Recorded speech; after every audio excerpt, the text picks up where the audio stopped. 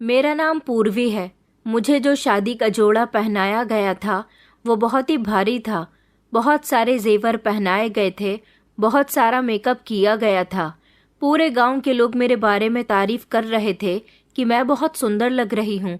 सुंदर तो मैं पहले से ही थी, लेकिन बदसूरत तो मेरी किस्मत थी जो अब और ज़्यादा ख़राब होने जा रही है। मैंने चारों तरफ नज़र दौड़ाकर देखा तो मेहमान ही मेहमान थे।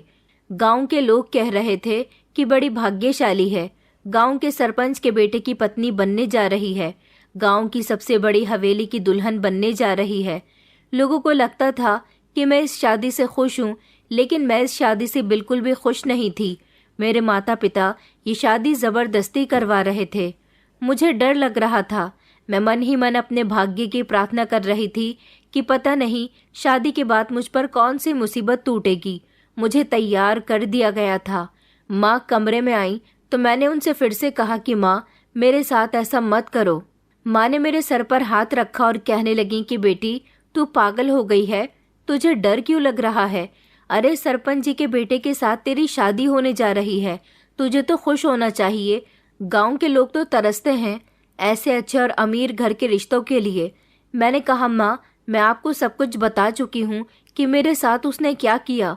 माँ कहने लगी कि कोई बात नहीं, कभी कभी मर्दों की नज़र खूबसूरत लड़कियों पर फिसली जाती है, और अगर तुझ पर फिसली तो क्या फिसली, तेरे लिए इज्जत से रिश्ता आया और अब तो उसी की पत्नी बनने जा रही है। मैंने कहा नहीं माँ, मुझे उससे शादी नहीं करनी। माँ कहने लगी कि चल अब नखरे मत दिखा, पूरे गांव के सामने हमारी नाक कट जाएगी, खामोशी से शादी कर ले। सरपंच जी के घर से इज्जत से तेरे लिए रिश्ता आया है, और ऐसे रिश्तों के लिए तो गांव के सारे लोग तरसते हैं। तेरे लिए तो खुद चलकर ऐसा रिश्ता आया है और तू नखरे दिखा रही है। हम लोग अपनी तरफ से रिश्ते के लिए मना करेंगे तो हमारी गांव में कितनी बेइज्जती होगी, तू ये नहीं जानती। मैंने कहा लेकिन। माँ कहने लगी कि बस खामोश हो जा, बस कर, जल्दी से घूंघट डाल और अभी तुझे मंडप में ले जाया जाएगा, बारात आ गई है। घूंघट मेरे चेहरे पर डाल दिया गया था। इस घूंघट की आड़ में मेरी आंखों से ढेर सारे आंसू निकल रहे थे। मेरे माता पिता जानते थे कि जिस लड़के के साथ मेरी शादी होने जा रही है उसने मेरे साथ क्या किया। सरपंच जी का बेटा विनाश। जब से मैं सरपंच जी की हवेली में अपनी माँ के साथ काम करने के लिए गई थी, तब से उसकी गंदी नज़र मुझ पर पड़ी हुई थी। मेरी माँ तो काफ़ी सालों से सरपंच जी की हवेली में काम किया करती थी। सरपंच जी की पत्नी, जिनको गांव के सारे लोग चौधरायन कहते थे, उनका इकलौता बेटा विनाश, जो शहर से पढ़कर आया था, लेकिन गांव आकर गांव की भोली भाली लड़कियों पर गंदी नज़र रखता था। मैं ये बात बहुत अच्छी तरह से जानती थी। गांव का कोई भी इंसान सरपंच जी और उनके परिवार के खिलाफ नहीं गया था। मेरी माँ वहाँ झाड़ू बर्तन करने जाती थी। मैं जवान हुई तो माँ कहने लगी कि तू भी मेरे साथ चला कर, पैसे ज़्यादा आने लगेंगे। तो मैं भी उनके साथ जाने लगी। लेकिन जब पहली बार अविनाश की नज़र मुझ पर पड़ी तो वो मुझे घूर कर देखता रह गया। मैं बार बार उससे खुद को बचाने की कोशिश करती थी, लेकिन वो बार बार मेरे सामने आ जाता था। एक दिन मेरी माँ की तबीयत बहुत ज़्यादा ख़राब हो गई थी, इतनी ज़्यादा ख़राब कि उनसे बिस्तर से उठा भी नहीं जा रहा था। माँ कहने लगी कि बेटा, आज मैं नहीं जा सकूंगी, तू चली जा। तेरे पिता तो खेतों में चले गए हैं, और देख, ध्यान से आना, वहाँ किसी को कोई शिकायत का मौका ना देना। मैंने कहा कि माँ, तुम फिक्र मत करो, मैं तुम्हारी बेटी हूँ, सारे काम अच्छे से करना जानती हूँ। मैं चली गई और चौधराइन ने कहा कि मेरे कमरे की सफाई लगा दे। चौधराइन मेरी बहुत तारीफ किया करती थी, मुझे बहुत पसंद करती थी। कहती थी कि बहुत अच्छी बच्ची है, बहुत सफाई से काम करती है, सारे काम बड़ी ईमानदारी से करती है। उसी दिन जब मैं चौधराइन के कमरे की सफाई लगा रही थी, तभी उनका बेटा विनाश आ गया, जिससे मैं हमेशा बचती रहती थी। उसने कमरे के अंदर आकर जबरदस्ती मेरा हाथ पकड़ लिया, मुझे अपने करीब करने लगा। मैं उससे खुद को छुड़ाने लगी। उसने मेरे गले से दुपट्टा उतार कर जमीन पर फेंक दिया। मैं चिल्लाई और मैंने कहा कि छोटे मालिक, आप ये क्या कर रहे हो? तो उसने जल्दी से मेरे मुंह पर हाथ लगा लिया। मुझे इतनी मजबूती से पकड़ लिया कि मैं खुद को छुड़ा नहीं पा रही थी, मगर बड़ी मुश्किल से मैंने खुद को उससे आज़ाद करवाया। उसे एक ज़ोरदार धक्का दिया। मैं भागने के लिए कमरे से निकलने ही वाली थी जब उसने मुझे पकड़कर रोक लिया और फिर से मेरे साथ ज़बरदस्ती करने लगा। कहने लगा कि कई दिनों से मेरी नज़र तुम पर है, कहाँ भागकर जा रही हो? आज तो बहुत अच्छा मौका मिला है। सुनो तो सही, कहाँ भागी जा रही हो? मगर मैं उसकी एक नहीं सुन रही थी। मैं शोर मचाने की कोशिश कर रही थी, लेकिन वो बार बार मेरा मुंह बंद कर रहा था। फिर मैंने उसको एक तरफ धकेला और उसके गाल पर एक जोरदार थप्पड़ मार दिया। थप्पड़ की गूंज उसके कानों में ठहर गई थी। वो हैरान होकर मुझे देखने लगा और कहने लगा कि तुमने मुझे थप्पड़ मारा। वो मेरी तरफ लपकने ही वाला था कि मैं फौरन बिना दुपट्टे के ही कमरे से भागने में कामयाब हुई। उसके बाद मैं वहां 1 मिनट नहीं रुक सकी। मैं फौरन हवेली से निकलकर अपने घर की तरफ भागी। रोते हुए जब अपने घर पहुंची तो अपनी माँ के गले लगकर फूट फूट कर रोने लगी। माँ परेशान हो गई कि क्या हुआ है। मैंने माँ को जब ये सब कुछ बताया तो वो भी हैरान हो गई थी। मैंने कहा, माँ, मैं अब वहाँ कभी नहीं जाऊंगी। छोटे मालिक से आज बड़ी मुश्किल से अपनी इज्जत बचाकर भागी हूँ। उसकी नज़र मुझे अच्छी नहीं लगती। पहले तो माँ उसको बुरा भला कहने लगी कि हाँ, तू सही कह रही है बेटा, आने दे आज अपने पिता को। रात को तेरे पिता को साथ लेकर सरपंच जी के घर जाऊंगी और उनसे जाकर उनके बेटे की शिकायत करूंगी। तू फिक्र मत कर। उन्होंने मेरे सर पर फिक्रमंदी का हाथ फेरा और मुझे तसल्ली देने लगी। रात को जब पिताजी घर आए तो माँ ने पिताजी को सब कुछ बता दिया। मैं जो सुबह से डरी सहमी थी, पिताजी के सामने नहीं आई। ये सब सुनकर पिताजी को भी बहुत गुस्सा आया था। उन्होंने कहा कि ये तो अच्छा है कि हमारी बेटी सही सलामत वापस आ गई, वरना हम किसी को मुंह दिखाने के लायक नहीं रहते। अभी और इसी समय चलो सरपंच जी से उनके बेटे की शिकायत करनी ही होगी। मेरे माता पिता कमरे से निकलकर जाने ही वाले थे जब अचानक दरवाज़ा बजने की आवाज़ आई। माँ कहने लगी कि रुको, मैं देखती हूँ दरवाजे पर कौन है। माँ ने जैसे ही दरवाज़ा खोल कर देखा तो दरवाजे पर सरपंच जी थे और उनके साथ उनके 2 नौकर भी थे। माँ ने उनसे घर के अंदर आने के लिए कहा, उन्हें इज्जत से बिठाया और मुझे चाय बनाने का इशारा दिया। मैं किचन में आ गई थी। समझ नहीं पा रही थी कि सरपंच जी खुद हमारे घर चलकर क्यों आए हैं। मेरे माता पिता तो हवेली जा ही रहे थे। मैं जैसे ही चाय लेकर दरवाजे तक पहुंची तो देखा कि मेरे माता पिता के चेहरे पर जो थोड़ी देर पहले गुस्सा था, अब वो सारा का सारा खत्म हो चुका था और उनके चेहरे पर खुशी के एक्सप्रेशन थे। मैं समझ नहीं पा रही थी। माँ ने मुझे दरवाजे पर देखा तो जल्दी से मेरे पास आई और हंसते हुए मेरे सर पर हाथ फेरा। मेरे हाथ से चाय की ट्रे लेकर चली गई। मैं अभी नहीं समझी थी, लेकिन चाय पीने के बाद जब सरपंच जी हमारे घर से जाने लगे तो उन्होंने कहा कि मुझे तुम्हारे जवाब का इंतज़ार रहेगा।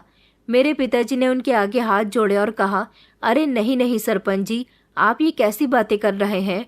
आपके यहाँ रिश्ता करना तो हमारा सौभाग्य है। समझिए कि रिश्ता पक्का है। सरपंच जी ने कहा कि तुम्हारी बेटी मेरे बेटे को पसंद है, इसलिए खुद चलकर यहाँ पर आया हूँ, वरना तुम जानते हो कि मैं गांव के किसी इंसान के घर के अंदर दाखिल नहीं होता। मेरे पिताजी कहने लगे कि मैं आपका बहुत बहुत आभारी रहूँगा। सरपंच जी हमारे घर से जा चुके थे। अब मेरी बात समझ में आई थी कि वो मेरे लिए अपने बेटे का रिश्ता लेकर आए थे। उनके जाने के बाद माँ पिताजी ने मुझे अपने सामने बुलाया और कहने लगे कि बेटा, तू तो बड़ी सौभाग्यशाली निकली। छोटे मालिक का रिश्ता खुद तेरे लिए आया है। अब तू बड़ी सी हवेली की छोटी दुल्हन बनेगी। मैंने कहा कि मैं ये शादी नहीं करूँगी, मुझे वो इंसान बिल्कुल भी पसंद नहीं है। पिताजी कहने लगे कि खामोश हो जा, पसंद नहीं है तो हम क्या करें? यहाँ हम तेरे बड़े हैं, जो हम तेरे लिए सोचेंगे वही होगा। उन्होंने माँ से कहा कि इसे कमरे के अंदर ले जा, मैं जल्दी ही इसकी शादी की तारीख पक्की कर दूंगा। बस उस दिन के बाद से मेरे माता पिता ने मेरी एक न सुनी। मैं हर दिन कहती रही कि मुझे ये शादी नहीं करनी, मगर किसी ने मेरी बात नहीं मानी और अब मुझे उस इंसान के साथ विदा करने जा रहे थे जो मेरी इज्जत के साथ खेलने की कोशिश कर चुका था। मैं घूंघट की आड़ में सिसक रही थी, मगर किसी को मेरी सिसकियां सुनाई नहीं दे रही थी। अविनाश का डर मेरे दिल में इतनी बुरी तरह से बैठ चुका था कि रिश्ता लगने के बाद वो मेरे सपनों में भी आया करता था तो मैं उछल जाती थी, डर जाती थी, मगर मेरी तकलीफ को कोई समझने वाला नहीं था। सिर्फ मुझे तसल्ली दी जा रही थी कि छोटे मालिक अब बदल चुके हैं, तुम्हारी बेहतरी इसी में है कि तुम ये शादी कर लो।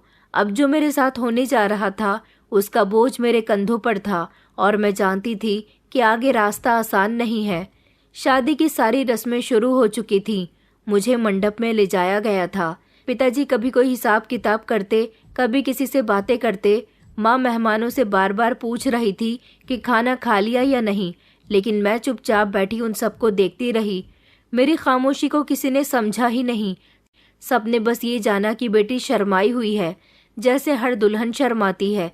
मेरी माँ की आंखों में भी चमक थी कि आज उनकी बेटी उनके हिसाब से एक अच्छे घर में जा रही है, जहाँ उसे कभी कोई परेशानी नहीं होगी। लेकिन मुझे पता था कि मेरी आने वाली जिंदगी में क्या होने वाला है। जिस तरह से मुझे एक मिनट को भी सुकून नहीं मिल रहा था, मेरा दिल बेचैन था, उस हिसाब से मुझे यही लगता था कि मेरी जिंदगी नई मुसीबतों के मोड़ पर जाने वाली है। मुझे अविनाश के बराबर में बैठा दिया गया। मैं नज़र झुकाकर बैठी हुई थी। मैंने अपने अंदर कुछ टूटने की आवाज़ को महसूस किया, मगर होठों पर कोई शब्द न आए। फिर एक एक करके सारी रस्में की गईं। इस तरह सबकी मौजूदगी में मुझे अविनाश की पत्नी बना दिया गया। दुल्हन बनकर जब उसके कमरे में भेजा गया तो मैं कोने में सिमटी हुई थी। अभी तक तो वो कमरे में नहीं आया था। मैं छत को घूर रही थी। मेरी आंखों से आंसू बह रहे थे और मैं प्रार्थना कर रही थी कि हे भगवान, मैंने कभी तुझसे कुछ ज़्यादा नहीं मांगा, बस इज्जत मांगी, हिफाजत मांगी। आज तू मेरी इज्जत का रखवाला है। मेरी प्रार्थना सुन लो। मैं किसी बड़े महल की रानी नहीं बनना चाहती थी, बस मेरे दिल को सुकून चाहिए था। मुझे एक सुकून की ज़िंदगी की तलाश थी। मेरी सिर्फ इतनी सी ही प्रार्थना है कि मुझे जिस इंसान के हवाले कर दिया गया है वो हमेशा मेरी कदर करे, मेरी इज्जत को रौन न डाले। मेरे आंसू थमने का नाम नहीं ले रहे थे। मैं अब इस हवेली में आ गई थी। मैं जानती थी कि अब मेरे पास कोई रास्ता नहीं बचा। यहाँ मेरे साथ जो कुछ भी होगा उसे मुझे खामोशी से बर्दाश्त करना होगा। अविनाश अगर अच्छा इंसान होता तो शायद मुझे उसकी पत्नी बनने की खुशी हो रही होती, लेकिन मैं उसकी नीयत को बहुत अच्छी तरह से जानती थी। यही वजह है कि मेरा दिल उसे स्वीकार करने के लिए नहीं मान रहा था। मुझे याद आया कि विदाई के समय मेरे पिताजी ने मुझे गले से लगाया था। मैंने उनसे नज़रें चुरा ली थी और दिल में कहा था कि मैंने अपने माता पिता की खुशी के लिए सब कुछ एक्सेप्ट कर लिया। इस घर में आने के बाद मुझे ऐसा लग रहा था जैसे मैं खुद को इस कैद के हवाले कर चुकी हूँ। दिल में एक अनजाना सा डर था, एक बोझ था जो हर कदम के साथ भारी होता जा रहा था। यहाँ पर मेरा स्वागत भी अच्छे तरीके से हुआ था। जब मैंने हवेली में कदम रखा था तो मेरे ससुर सरपंच जी खुद मेरे स्वागत के लिए हवेली के बड़े से दरवाजे पर खड़े हुए थे। उन्होंने खुशी खुशी मेरा स्वागत किया था, लेकिन घर की औरतों का चेहरा कुछ अजीब सा हो रहा था। सबने मुझे शादी की बधाइयाँ दी, लेकिन किसी को भी ऐसी खुशी नहीं हो रही थी जैसे इस घर के इकलौते वारिस की शादी पर होनी चाहिए थी। मैं चुप रही, बस खुद को संभालने की कोशिश करती रही। मैं अभी तक अपने पति का इंतजार कर रही थी और नज़र घुमा घुमाकर इस कमरे को देख रही थी जो बड़ा ही सिंपल सा था। ये कमरा मुझे अपना नहीं लग रहा था। ऐसा लग रहा था जैसे मैं किसी अनजान जगह आ गई हूँ। यहाँ मुझे एक अजीब सी घुटन महसूस हो रही थी। मैंने अपने दुपट्टे को खुद पर और मजबूती से लपेट लिया था। बस बार बार यही प्रार्थना करती रही कि शायद सब कुछ ठीक हो जाए। जैसा मैं सोच रही हूँ, जितना मैं डर रही हूँ, ऐसा कुछ भी न हो। शायद मेरे नसीब में भी खुशियाँ लिखी हुई हों। मेरी नज़र घड़ी पर गई तो मैंने देखा कि मुझे यहाँ बैठे बैठे 3 घंटे हो चुके थे। मेरी कमर भी दर्द से कर रही थी। मैंने सोचा कि मैं लेट जाती हूँ, पता नहीं अविनाश कब आएंगे। लेकिन जैसे ही मैं लेटने के लिए खुद को हिलाने लगी, तभी मुझे दरवाजे पर किसी के आने की आहट महसूस हुई। मैंने देखा कि दरवाजे से अविनाश अंदर दाखिल हो रहे थे, जिनकी मैं सिर्फ नाम की पत्नी बन चुकी थी। उनके कदमों की आहट सुनकर मेरा दिल जोर जोर से धड़कने लगा। वो दरवाज़ा बंद करके सीधा मेरे करीब आए और बराबर में आकर बैठ गए। मैंने अपनी नज़रें झुका ली थी। वो पहले तो काफ़ी देर तक खामोश रहे और मुझे घूरते रहे, लेकिन फिर अचानक ज़ोर ज़ोर से हंसने लगे। मेरी समझ नहीं आया। मैंने एक ही झटके से अपनी नज़र उठाकर उनके चेहरे की तरफ डाली तो वो ऐसे हंस रहे थे जैसे उनकी हंसी मुझे ताने दे रही हो। वो घमंड के साथ कहने लगे कि तुम बहुत भाग्यशाली हो, गांव के सबसे अमीर इंसान और इस गांव के सबसे इज्जतदार सरपंच के बेटे की पत्नी जो बन गई हो।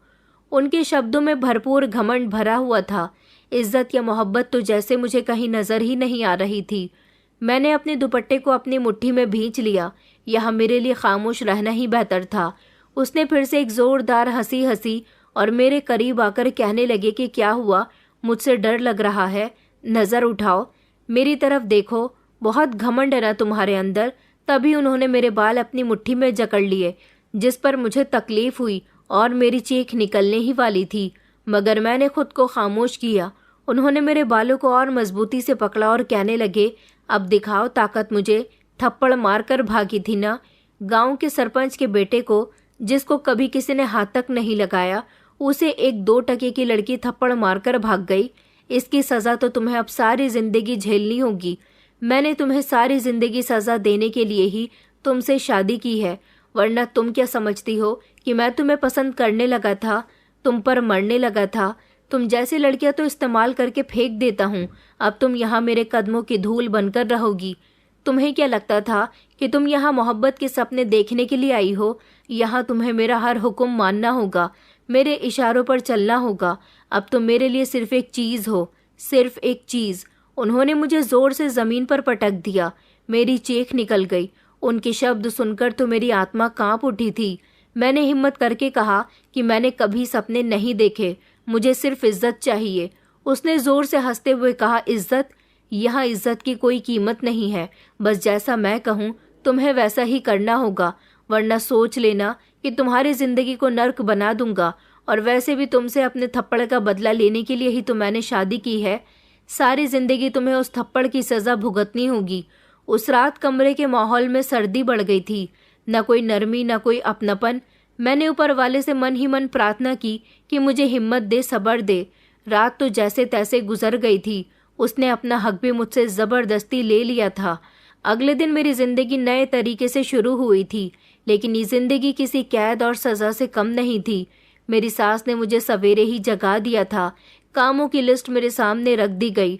आंगन धोना, बर्तन मांजना, कपड़े धोना और हर बात पर ताना सुनना, यही मेरी ज़िंदगी का रूटीन बन चुका था। अगर मुझे कोई काम करने में थोड़ी भी देर हो जाती तो मेरी बेइज्जती पर तानों भरी हंसी गूंजती थी। इस घर में सरपंच जी के छोटे भाई की पत्नी यानी कि मेरी चाची सास भी रहा करती थी। मेरी सास तो बहुत अच्छी थी, लेकिन चाची सास हमेशा मेरी काट में लगी रहती थी। उनके पास एक 9 साल का बेटा था जिससे वो बहुत प्यार करती थी। अविनाश ये बात अच्छे से जानते थे कि उनकी माँ मुझे पसंद करती हैं, मेरे साथ नरमी से पेश आती हैं। इसलिए उन्होंने अपनी चाची सास को मुझे तंग करने के लिए छोड़ दिया था। वो मुझे बड़ी अजीब नज़रों से देखती थी, जैसे मैं कोई गैर ज़रूरी बोझ हूँ। उन्हें हवेली की छोटी चौधरायन कहा जाता था। छोटी चौधरायन हमेशा मुझे यही जताती रहती थी कि अविनाश ने तुम जैसी गरीब लड़की को इस घर में लाकर तुम पर उपकार किया है, वरना तुम तो हमारी जैसी हो ही नहीं। छोटी चौधरायन भी अमीर पिता की बेटी थी। मैं उनकी इज्जत करती थी, लेकिन वो बार बार मुझे यही जताती थी कि तुम एक मामूली सी नौकरानी की बेटी हो जिसे किस्मत ने चमका दिया। मेरे कपड़ों पर गलत कमेंट, मेरे बोलने के अंदाज पर मजाक उड़ाना, मेरे काम में कमी निकालना उनके लिए रोज़ का रूटीन बन गया था। मेरे पति का बिहेवियर तो और भी ज़्यादा गुस्से भरा था। वो या तो मुझे पूरी तरह से इग्नोर किया करता था या फिर किसी बात पर बेरहमी से झड़क दिया करता था। छोटी छोटी बातों पर मुझे डांटा करता था। मुझे बेइज्जत करने की कभी कोई कमी नहीं छोड़ता था। अगर खाने में नमक कम होता तो कमरे में आकर सबके सामने जलील करता, और अगर उसका कोई काम वक्त पर ना होता तो ताने सुनने पड़ते कि गरीब घर की लड़कियां काम करने में आगे नहीं होती, बड़े घर में आकर इन्हें ऐश चाहिए होता है। मैं इस हवेली में सारा दिन काम करती थी, फिर भी सबकी उल्टी सीधी बातें मुझे बर्दाश्त करनी पड़ती थी। शाम को थक हार कर कमरे के किसी भी कोने में बैठ जाती थी, रोने लगती थी और सोचती थी कि माँ की गोद में सर रखकर खूब रोऊं और उनको अपनी तकलीफ के बारे में बताऊं कि मैं यहाँ कितनी उलझन का शिकार हो रही हूँ।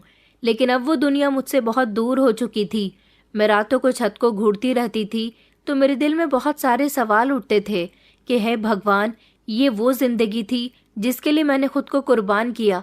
मैंने अपने माता पिता को कितना मना किया था कि वो मेरी शादी यहाँ पर ना करें। अगर एक बार भी वो मेरी बात मान लेते तो शायद आज उनकी बेटी को इतनी तकलीफ ना झेलनी पड़ रही होती। लेकिन मैं अपने माता पिता को भी दोषी नहीं ठहरा सकती थी।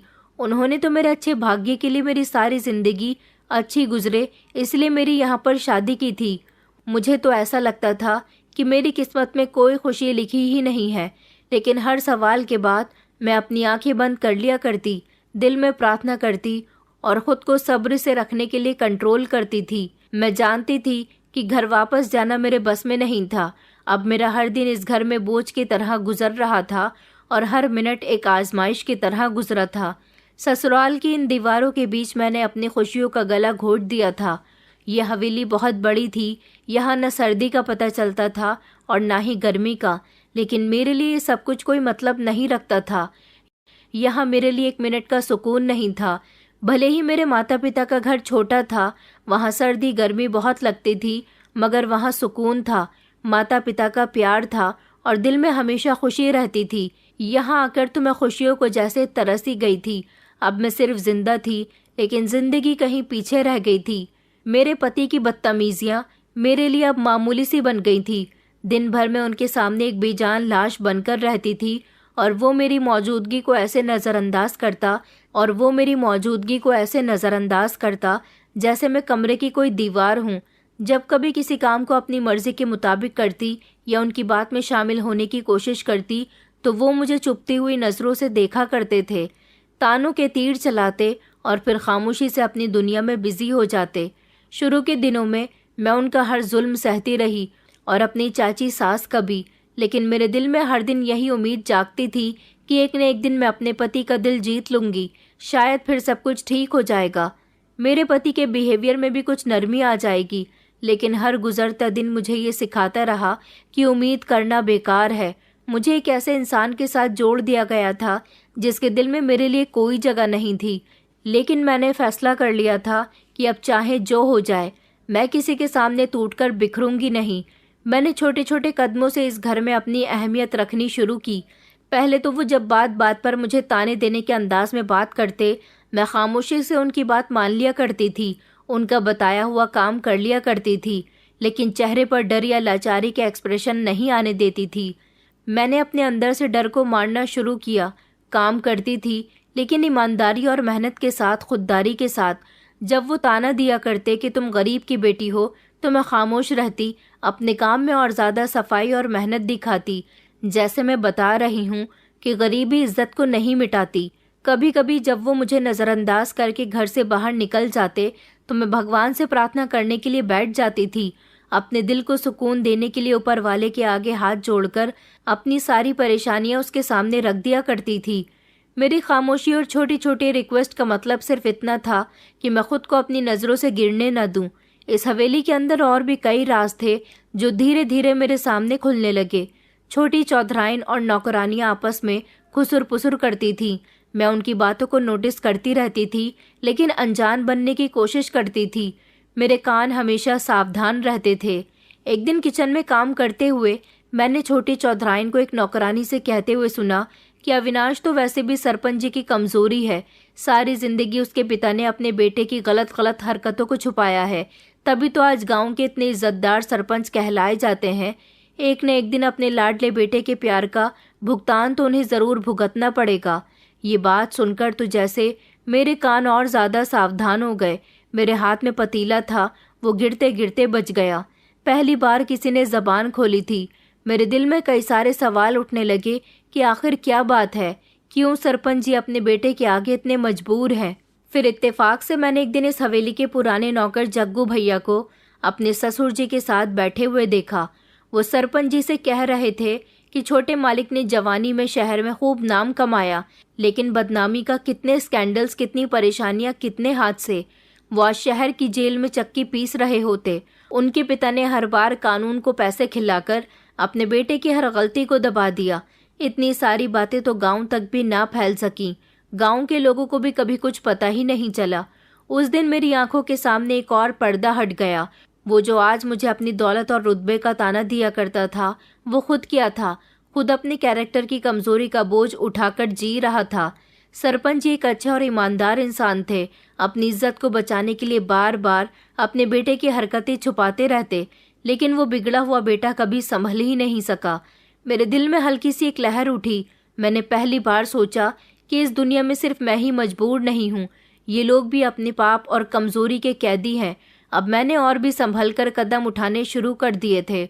जब मेरा पति बात बात पर मुझ पर गुस्सा किया करता था, मेरी बेइज्जती किया करता था, तो मैं खामोश रहना ही बेहतर समझती थी, लेकिन अपने अंदर की मजबूती को महसूस किया करती थी।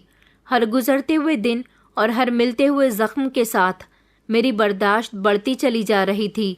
मैंने ऊपर वाले पर यकीन करते हुए खुद को संभालना सीख लिया था और सोच लिया था कि अब जब मैं इस घर में आ गई हूँ तो मुझे कुछ भी करके यहाँ गुजारा करना पड़ेगा। पति की तरफ से तो मुझे कोई मोहब्बत नहीं मिल पा रही थी और वो मोहब्बत देने वाला इंसान भी नहीं था। कभी कभी जब वो रात को देर से घर आते तो उनकी हालत बहुत ख़राब होती थी। नशे में धुत, बाल बिखरे हुए, कपड़े ख़राब और शरीर से और मुंह से बदबू आ रही होती थी। मैं उनकी हालत देखकर ऊपर वाले का शुक्रिया अदा किया करती थी कि ऐसे इंसान के साथ रहते हुए मैं अभी भी सही सलामत हूँ। मैंने तय कर लिया था कि मैं इन सारे हालात का सामना डटकर करूँगी, ना टूटूंगी और ना ही बिखरूंगी। मेरी चाची सास भी मेरे पीछे हाथ धोकर पड़ी रहती थी। मेरी सास बड़ी चौधरायन, जो कि ज़्यादातर अब बीमार रहती थी, उनके सामने छोटी चौधरायन खामोश रहती थी, क्योंकि वो जानती थी कि मेरी सास मुझे खुले दिल से एक्सेप्ट कर चुकी हैं, मेरे साथ अच्छे से बर्ताव करती हैं, इसलिए वो उनके पीछे मुझे तंग किया करती थी। मुझे बार बार कोई ना कोई काम बताया करती थी। अगर काम करने में कोई गलती हो जाती तो उनके ताने और बेइज्जती तैयार रहती थी। ससुराल के ताने और पति की बेइज्जती ने मुझे बेबस बना दिया था। छोटी चौधरायन और सबके बीच में मेरा वजूद, सब कुछ अब मुझे परेशान करता था, लेकिन मैं सब्र किया करती थी। मैं जान चुकी थी कि इस हवेली के लोगों की कमज़ोरी उनके अपने पाप थे, उनके वो पाप जो उन्होंने अपने बेटे को बिगाड़ने के लिए किए थे। लेकिन मेरी सबसे बड़ी ताकत मेरा सब्र और मेरी सच्चाई है। अब मैं सिर्फ दिन गिना करती थी कि कितने दिन गुजरते जा रहे हैं, मगर मायूसी से नहीं, एक यकीन के साथ कि मेरा भगवान कभी मुझे अकेला नहीं छोड़ेगा।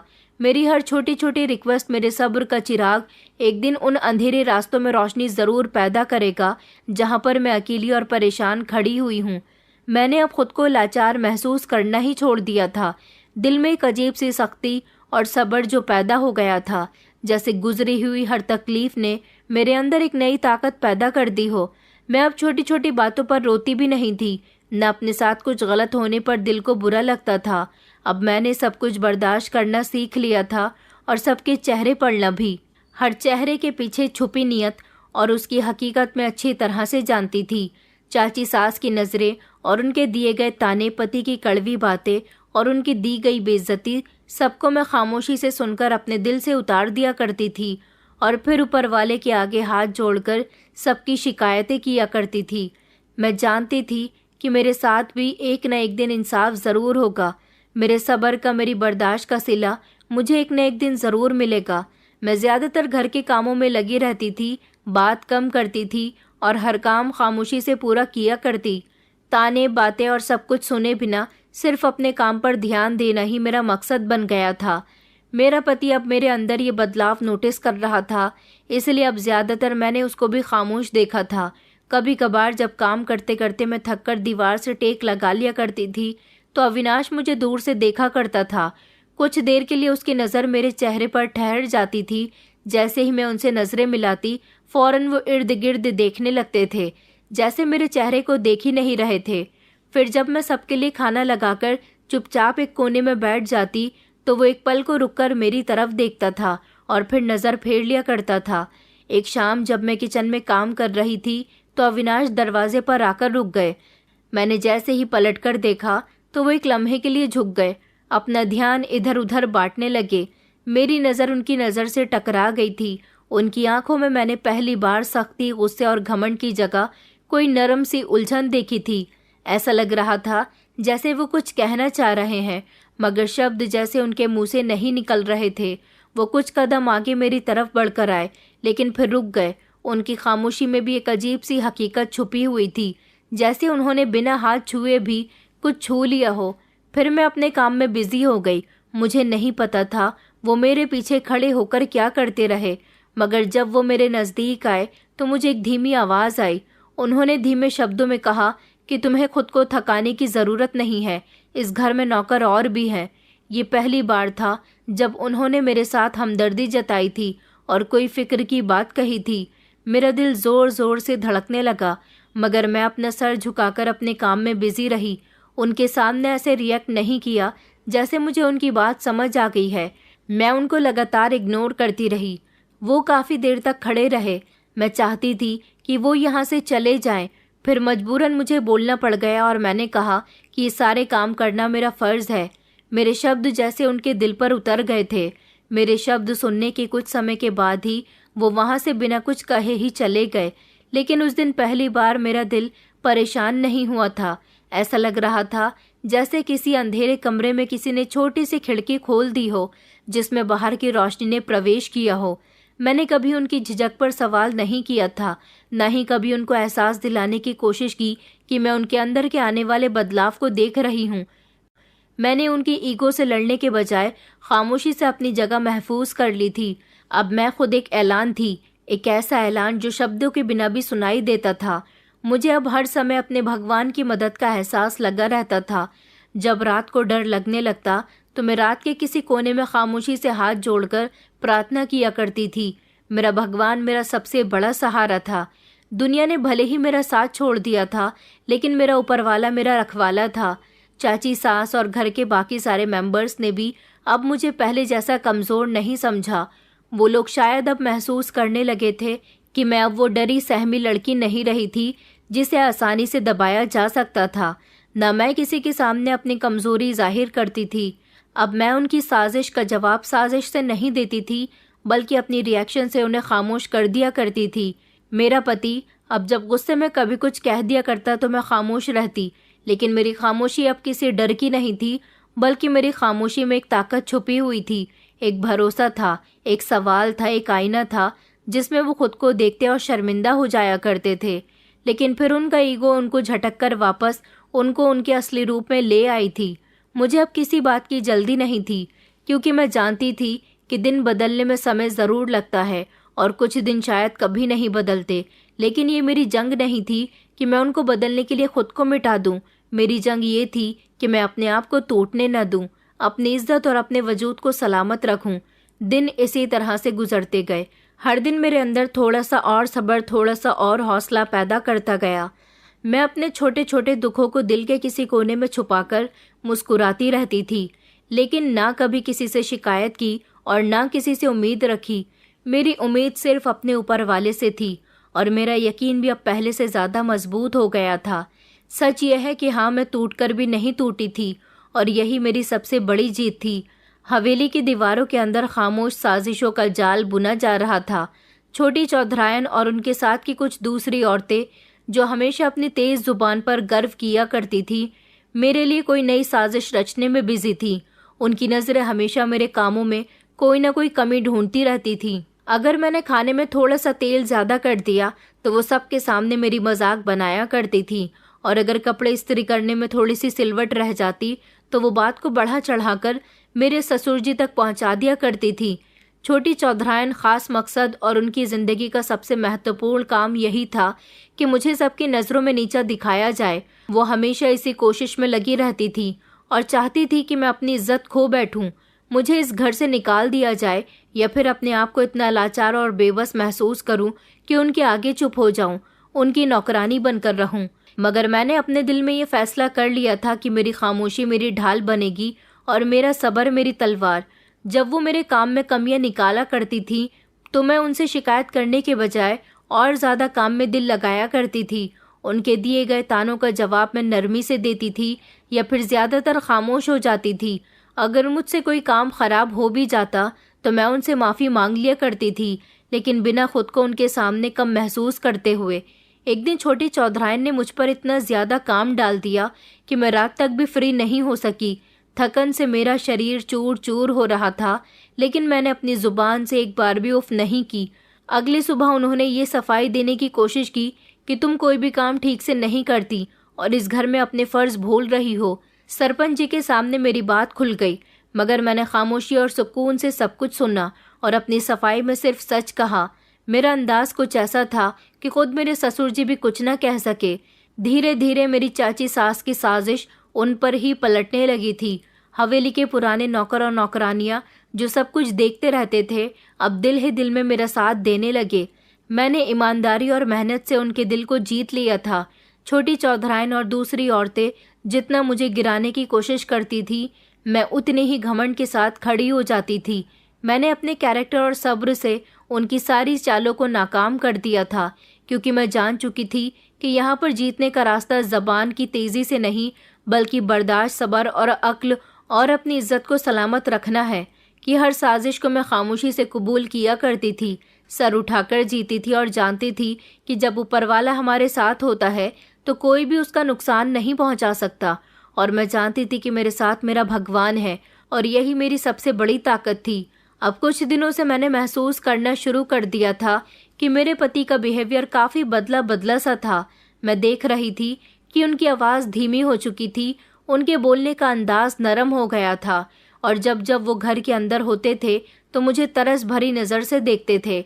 शायद मुझसे बात करने की कोशिश करते थे, लेकिन मैं उनको नज़र उठाकर भी नहीं देखती थी। जो इंसान पहले मुझे नज़रअंदाज किया करता था अब कभी कभी मुझे नज़र भरकर देख लिया करता था। अब वही इंसान मेरे हाथ से दिया हुआ पानी भी अपनी खामोशी से पी लिया करता था, मुझे बिना कुछ उल्टा सीधा कहे। जो इंसान छोटी छोटी बातों पर मुझसे भड़क जाता था, मेरे कामों में कमियां निकालता था, मुझे बेइज्जत करने में कोई कसर नहीं छोड़ता था, अब वही खामोश रहता था। मैं जानती थी कि ये कोई बड़ा बदलाव नहीं था, मगर मेरे लिए ये सब कुछ बहुत था। शायद उनके दिल के किसी कोने में मेरे सब्र और मेहनत की घंटी बजने लगी थी। मैंने कभी कोशिश नहीं की कि मैं उनको अपनी तरफ करना चाहूँ। मैंने उनसे न कभी रिक्वेस्ट की थी, न कभी उनके आगे कमज़ोर बनकर दिखाया था। मैं बस अपने काम, अपनी मेहनत और अपनी प्रार्थना सच्ची रखती थी। वो शायद मेरे अंदर की ये सच्चाई देखकर खुद में बदलाव महसूस कर रहे थे। कभी जब मैं सबके लिए खाना लगाती तो वो बिल्कुल खामोशी से डर जाते थे। एक बार जब मैं बीमार पड़ गई थी तो पहली बार उन्होंने खुद आकर मेरी तबीयत के बारे में पूछा था। कह रहे थे कि तुमने दवाई ली या नहीं और तुम्हें घर का काम करने की अब कोई ज़रूरत नहीं है, आराम करो। उनकी ये नरमी मेरे दिल में ज़्यादा समय तक तो कायम ना रह सकी। उनके कुछ पुराने दोस्त जो हमेशा घर आते थे उनको फिर से अपने रंग में रंगने लगे। वही पार्टियां, नशे की बदबू, वही मजाक, मैं सब कुछ देखती रहती थी। मैं देखती थी कि वो अपने दोस्तों की वजह से बिगड़ रहे थे। एक तरफ उनके अंदर का बदलता हुआ इंसान और दूसरी तरफ वही पुरानी जिंदगी जिसने उन्हें बिगाड़ दिया था। एक रात जब वो अपने दोस्तों के साथ बाहर से वापस आए तो उनका चेहरा लाल था और ये बात साफ जाहिर हो रही थी कि उन्होंने नशा किया है। मैंने खामोशी से उन्हें पानी लाकर दिया। उन्होंने पानी का गिलास लेते समय मेरा हाथ पकड़ लिया और नशे की हालत में कहने लगे कि तुम सब कुछ करके भी कुछ नहीं बन सकती, तुम्हारी खामोशी भी मेरे लिए सज़ा है। उनकी बात सुनकर मेरे दिल में दर्द की एक ठंडी लहर दौड़ गई। मैंने कुछ नहीं कहा और मैं खामोश रही। मेरी खामोशी ने उनके अंदर की उलझन को और ज़्यादा बढ़ा दिया था। फिर उन्होंने तेज़ आवाज़ में झगड़ना शुरू कर दिया। वही पुराने ताने, वही पुरानी उल्टी सीधी बातें उनकी ज़बान पर आ गईं। मैंने तो बस नज़रें झुका ली थी, उनसे कुछ नहीं कहा और दिल ही दिल में प्रार्थना करती रही। उस रात मैंने जान लिया था कि इंसान का बदलाव सिर्फ उसी वक्त तक मुमकिन होता है जब वो खुद दिल से बदलना चाहे। दबाव, हालत या फिर कोई चालाकी थोड़े समय के लिए तो उस पर असर डाल सकती है, लेकिन असली बदलाव तो दिल की गहराइयों से आता है और उनका दिल अभी इस जंग में पूरी तरह से हारा नहीं था। मैंने और ज़्यादा सब्र करना शुरू कर दिया। मैं जानती थी कि अभी रास्ता बहुत लंबा है और मेरी हिम्मत ही मेरा अकेला सहारा है। सरपंच जी का घमंड अब टूटने लगा था। जिस हवेली में कभी रुतबा और ताकत की गूंज थी, वहां खामोशी और डर का साया छाया रहता था, क्योंकि उनके बेटे के पुराने पापों की कीमत अब इस दरवाजे पर दस्तक दे रही थी जिसे सरपंच जी ने हमेशा बंद समझा था। उनके कारोबार में नुकसान होने लगा था, कमी आने लगी थी और दुश्मनों की साजिश सब एक साथ उन पर टूट पड़ी थी। मैं देखती थी कि अविनाश भी कभी अपने नौकरों पर चिल्लाते रहते तो कभी अकेले में सर पकड़कर बैठ जाया करते थे। ये वही इंसान था जिसकी एक आवाज़ पर बहुत सारे लोग दौड़कर आ जाते थे। अब ये हर तरफ से धोखा खाकर टूटने लगे थे। उनकी आंखों में बेबसी साफ दिखाई देती थी। माता पिता ने भी नाराज होकर बेटे से दूरी बना ली थी। चाचा को भी अपनी इज्जत प्यारी थी, इसलिए भतीजे को ज़्यादा मुंह नहीं लगाते थे। मेरा पति जो कभी दौलत और ताकत के नशे में बक रहा था, अब अपनी आंखों से सब कुछ बिखरता हुआ देख रहा था। मैंने कभी किसी की बर्बादी की प्रार्थना नहीं की थी। मेरी फितरत में दूसरों के लिए बुरा सोचने का हुनर भी नहीं था। मैंने बस अपने ऊपर वाले के सामने अपने दुखों और तकलीफ़ों का हाल बयां किया था। हर रात में प्रार्थना किया करती थी कि इस घर के लोग सही रास्ते पर चलने लगे, उनके दिलों में गरीबों के लिए मोहब्बत पैदा हो जाए, जुल्म खत्म हो जाए। धीरे धीरे मेरी प्रार्थनाओं का असर मुझे दिखाई देने लगा था। मेरे पति का बिहेवियर धीरे धीरे नर्म होता गया था। अब वो बेवजह की लड़ाइयों से दूर रहने लगे थे। कभी कभी मेरे हाथ की दी हुई चीज़ वापस नहीं फेंकते थे। मैंने महसूस किया कि उनके चेहरे पर भी अब गुस्सा नहीं रहता, बल्कि धीमी धीमी मुस्कुराहट भी आ जाया करती थी। लेकिन वक्त का थप्पड़ अभी पूरा नहीं हुआ था। छोटी चौधराइन और उनके साथ की नौकरानियां जो उनके साथ मिलकर साजिशें करती रहती थी। एक दिन हवेली में अचानक हलचल मच गई। जेवरात जो मेरी सास के थे अचानक अलमारी से गायब हो गए। शोर मच गया, हर तरफ इल्ज़ाम लगने शुरू हो गए। मेरी चाची सास ने मौके पर चौंका मारा और इल्ज़ाम मुझ पर लगा दिया।